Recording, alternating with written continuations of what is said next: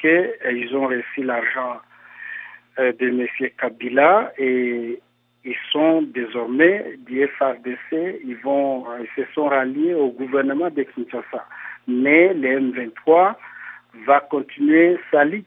Nous sommes représentés à Kampala, les chefs de la délégation, M. François... Vous écoutez Zapping Info Congolaise. Est toujours avec moi et d'autres camarades. Et d'ailleurs, aujourd'hui, j'ai remplacé certains, j'ai envoyé la liste pour remplacer certaines personnes là-bas. C'est ma signature qui reste valable. Où vous trouvez-vous actuellement ? Je n'ai pas fui Bunagana, je me suis déplacé de Bunagana, j'étais en mission de service dans le territoire de Nyiragongo et je suis toujours à Nyiragongo, précisément à Kibumba. Comment voyez-vous l'intronisation à la présidence du M23 qui aura lieu ce jeudi à Bunagana de Sultani Makenga ? Je pense que le M23 est un indivisible, c'est celui que je dirige, mais c'est Sultani Makenga a pris l'option d'aller au FARDC, de se rallier avec Kabila. Vous écoutez Zapping Info Congolaise. Nous avions 9 brigades, je contrôle 7 brigades, M. Makenga a 2 et les 2 là sont en train de faire défection pour rentrer là où nous sommes. Donc cela n'engage que lui-même.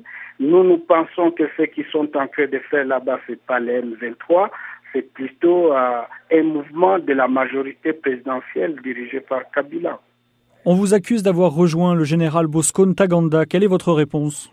Ça, c'est de l'intoxication et c'est une manipulation. Ils cherchent à détruire notre image.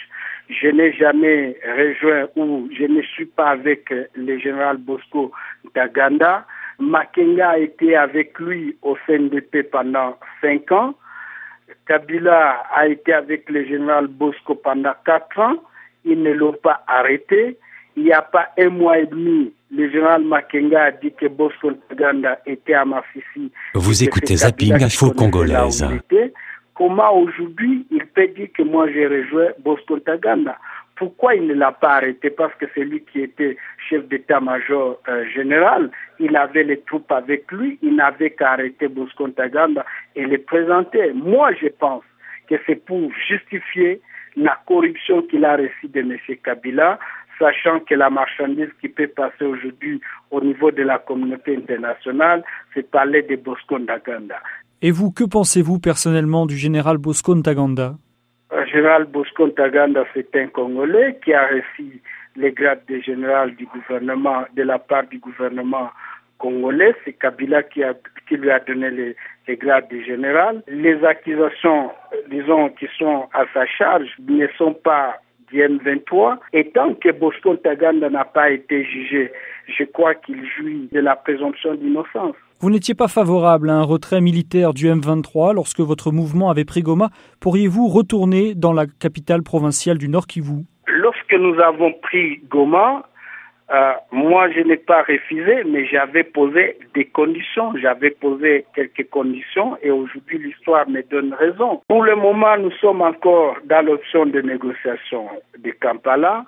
Et si M. Kabila finit l'accord avec Makenga qui est déjà avec lui, nous allons dire que c'est un accord entre le gouvernement de Kinshasa et ses alliés. Vous écoutez Zapping Info Congolaise. À utiliser tous les moyens possibles pour défendre les intérêts des Congolais et poursuivre nos objectifs.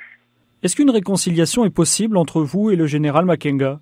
La réconciliation est possible entre nous s'il renonce à la corruption qu'il a reçue de la part de Kinshasa et s'il accepte d'entrer à respecter la vision du M23 qui est celle de restaurer la dignité du peuple congolais et de la République démocratique du Congo. Pourquoi aujourd'hui sortir de votre silence sur les ondes de la Voix de l'Amérique ? Je sors de mon silence parce que beaucoup de mensonges, disons, a été donné à notre sujet sur ce qui se passe. Aujourd'hui, j'ai voulu clarifier la situation.